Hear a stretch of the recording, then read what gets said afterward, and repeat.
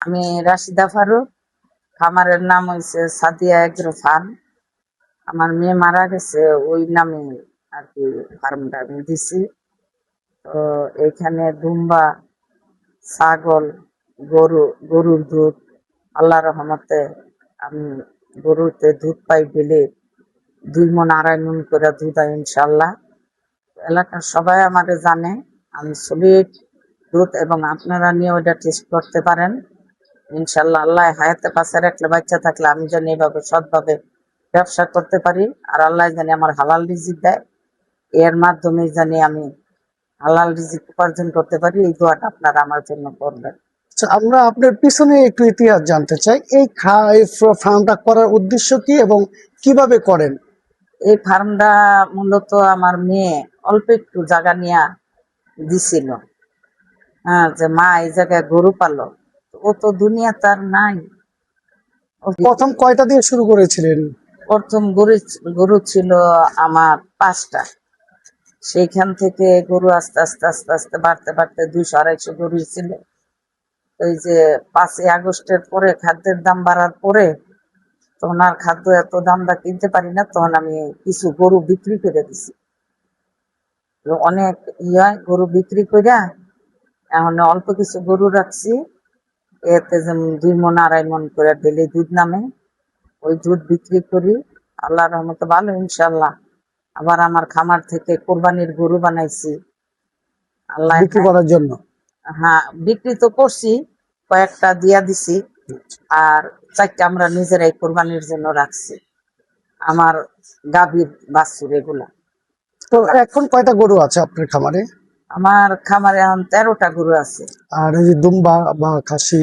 ও দুম্বা এগুলা মিলাই খিলা 20-30টা।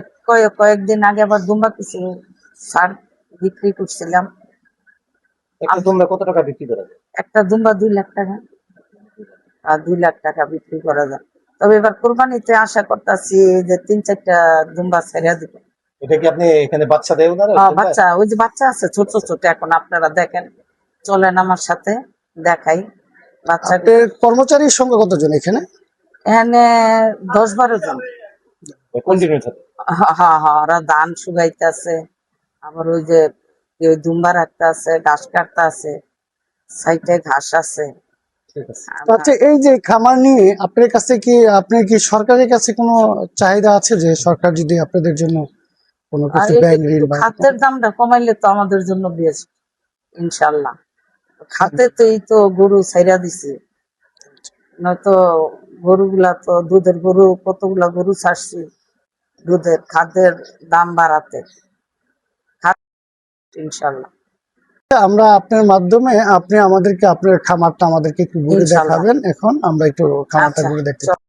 ঘাসটা দিয়া ছাইরা দে, ঘাসটা দিয়ে, এই যে মানে সাদিয়া বৃষ্টিতে গ্রুপ ভাই এমন পড়ছে, এই জায়গায় ওই জায়গায় খেয়ারি এখন সব আর কি পালা দিয়া ফেলাইছি। দেখতে পাচ্ছেন যে সাদিয়া ফার্মে এই যে দুম্বা এবং যে লালন পালন করে সেগুলি আমরা কিন্তু দেখতে পাচ্ছি যে এই যে দেখছেন যে অনেকগুলি কিন্তু এই যে ভেড়া আছে, ছাগল আছে এবং দুম্বা আছে এখানে। এই এগ্রো ফার্মটা সাদিয়া এগ্রো ফার্ম। এই সাদিয়া এগ্রো ফার্মে একজন নারী উদ্যোক্তা রাশেদা আপা একটু তাড়াতাড়ি করে এগুলা ছাইরা দে, একটু দেখা। আমাদেরকে উনি দেখিয়েছেন যে আসলে এগুলি লালন পালন করতে যে লোক বল প্রয়োজন, বাবা গাছগুলি দিয়া দে। তার এই ফার্মে শুধু এই বেড়া ছাগল গরু রয়েছে। এই কুরবানি ঈদে তিনি আমাদেরকে জানিয়েছেন যে 2-4-5টা দুম্বা উনি বিক্রি করবেন এবং 2টা দুম্বা ইতিমধ্যে বিক্রি করেছেন। সাদিয়া এগ্রো ফার্ম, এই এগ্রো ফার্মে শুধু ভেড়া নয়, দেখেছেন এখানে গরু আছে।